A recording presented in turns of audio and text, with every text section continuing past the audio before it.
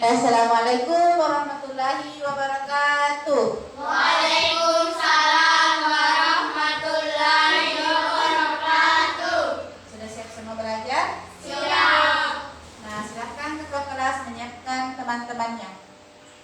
Sudah siap, Rek? Doa dimulai.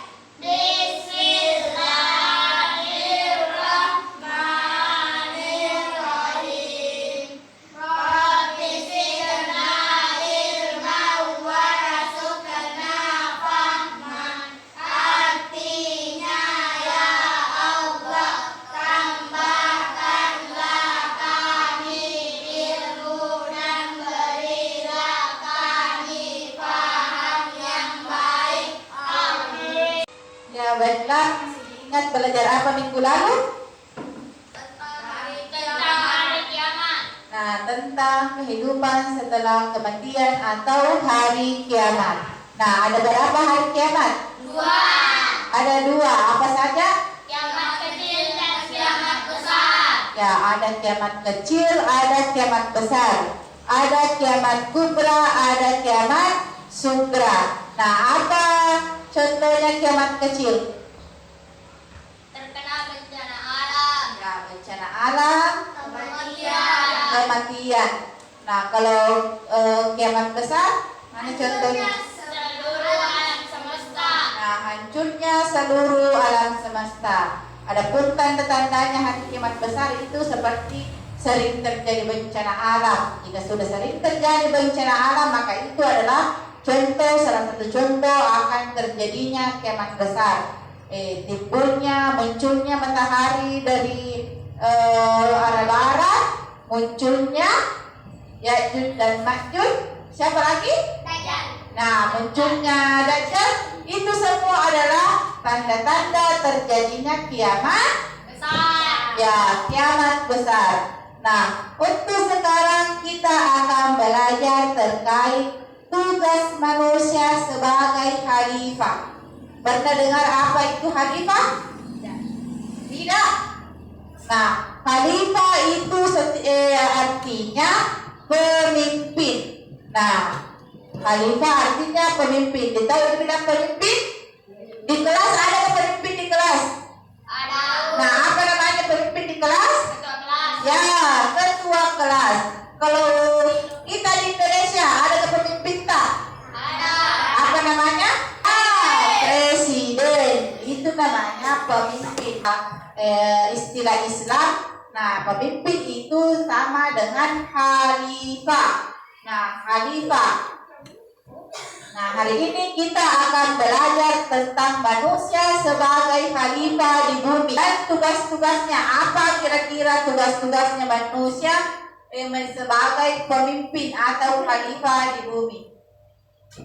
Nah, sebelum Ibu masuk ke pelajarannya, kita tahu dulu apa kira-kira tujuan pembelajaran kita.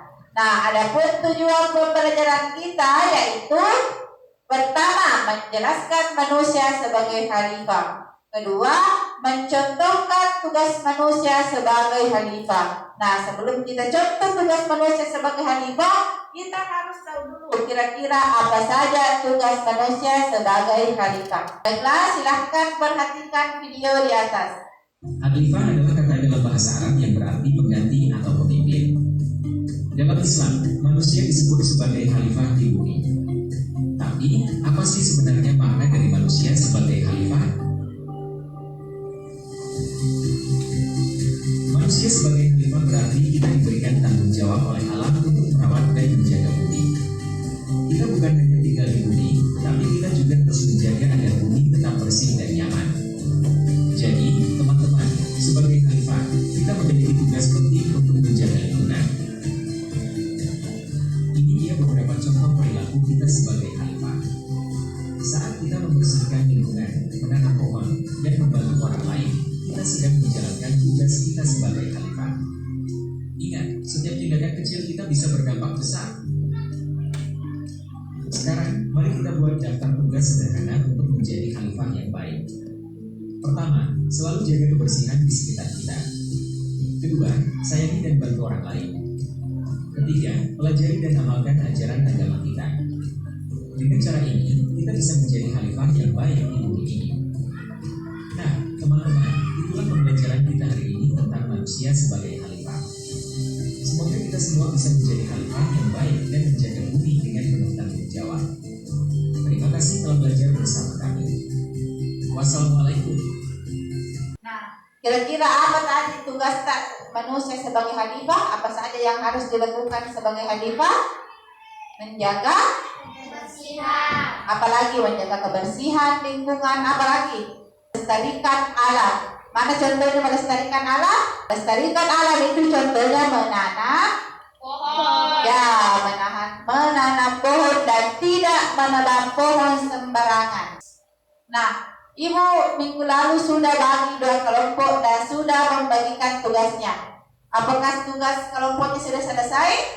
sudah, Nah, apa lagi tugasnya? Membuat membuat karya. Silakan semuanya duduk dengan teman kelompoknya masing-masing. Semuanya sudah duduk dengan teman kelompoknya masing-masing. Apakah karyanya sudah dibawa? Nah, silakan banyakkan semua karyanya. Nah, siapa yang mau duluan naik presentasikan hasil karyanya? Assalamualaikum. Kami membuat tas dari bahan bekas dari tutup bolong. Bagaimana cara membuatnya? Cara membuatnya adalah melubangi kedua sisi tutup botol lalu menyambungnya menggunakan kabel T. Yang menyambung menggunakan kabel T. Lalu dilapisi dengan Kain. Nah, kalau kelompok, silakan dulu tepuk tangan untuk teman kelompok 1. Nah, silakan untuk kelompok 2. Assalamualaikum warahmatullahi wabarakatuh.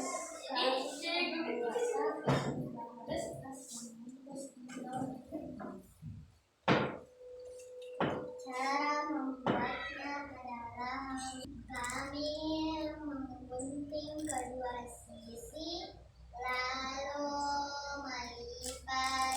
melipatnya seperti ini lalu menganyaknya seperti ini.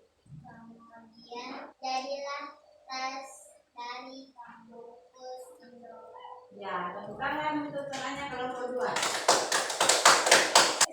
Nah, jadi kita sudah tahu beberapa contoh untuk mengolah sampah, contoh untuk membuangkannya. Jadi jangan sia-siakan.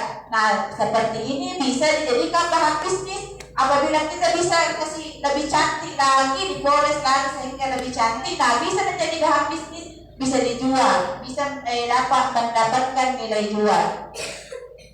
Nah, kembali perhatikan video di atas. Halo adik-adikku, bertemu lagi dengan Kak Kania di sini. Bagaimana kabar kalian? Semoga selalu sehat, bahagia, dan semangat ya. Apakah kalian selalu membuang sampah di tempat sampah? Sampah tidak bisa dipisahkan dari kehidupan sehari-hari. Sampah menjadi masalah lingkungan yang harus ditangani. Jika sampah menumpuk di satu tempat, dapat berdampak bagi masyarakat. Apa saja ya dampak tersebut? Yuk simak penjelasan kakak. Yang pertama, menimbulkan pencemaran udara. Sampah yang terus menumpuk dan berserakan dapat menimbulkan bau tidak sedap. Bau tersebut akan membuat kita merasa tidak nyaman dan dapat mengganggu aktivitas. Yang kedua, menimbulkan penyakit. Sampah organik yang terus menumpuk akan mengalami pembusukan. Sampah-sampah yang membusuk tersebut dapat menjadi tempat berkembang biaknya berbagai hewan dan bakteri. Hal Hal ini dapat menimbulkan berbagai penyakit seperti gangguan pernafasan, gatal-gatal, demam berdarah, gangguan pencernaan, dan lain-lain. Yang ketiga, mencemari air. Sampah yang dibuang di sumber air seperti sungai, danau, atau laut akan mengakibatkan pencemaran. Air yang tercemar berwarna dan berbau. Air yang tercemar dapat membahayakan makhluk hidup. Yang keempat, menyebabkan banjir. Keberadaan sampah di saluran air seperti selokan atau sungai dapat menimbulkan banjir. Sampah yang menumpuk di saluran air menyebabkan aliran air tersumbat. Akibatnya, air sungai meluap saat terjadi hujan lebat. Air sungai yang meluap menimbulkan banjir di lingkungan sekitarnya. Itulah akibat yang ditimbulkan jika sampah dibuang secara sembarangan. Yuk selalu jaga lingkungan dengan membuang sampah di tempat sampah.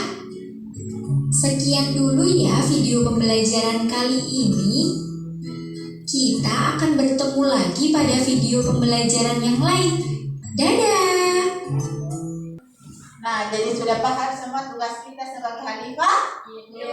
Nah, apa tugas kita sebagai khalifah? Pertama, menjaga kebersihan lingkungan. Kedua, menjaga kelestarian alam. Ketiga, membantu sesama. Keempat, beribadah. Mana contohnya ibadah? Sholat.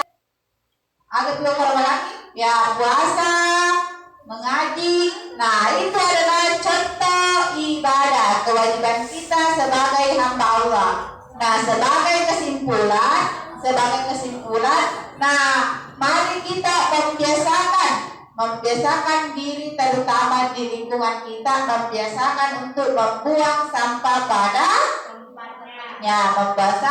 tempatnya. Nah, usahakan menjaga kebersihan lingkungan rumah, lingkungan sekolah. Nah, baiklah, untuk menutup pembelajaran kita hari ini, marilah kita bersama-sama mengucapkan alhamdulillahirabbil alamin. Wassalamualaikum warahmatullahi wabarakatuh.